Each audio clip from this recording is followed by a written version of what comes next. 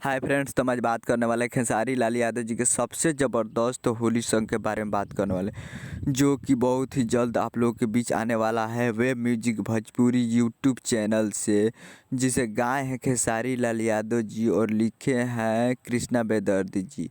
जो कि आपको स्क्रीन के ऊपर दिखाई दे रहा होगा, माझी के मूस जो गाए हैं खेसारी लाल यादव जी और कृष्णा बेदर्दी जी, और म्यूजिक दिए आर्या शर्मा जी। तो ये बहुत ही जल्द 6 फरवरी को 7 बजे सुबह में रिलीज होने वाला है web music Bhojpuri YouTube channel से। तो आप लोग जाइए और म्यूजिक को सब्सक्राइब कर लीजिए, ताकि जब भी आए नोटिफिकेशन आप तक पहुंचे जल्द से जल्द। इसलिए जाकर सब्सक्राइब कर लीजिए।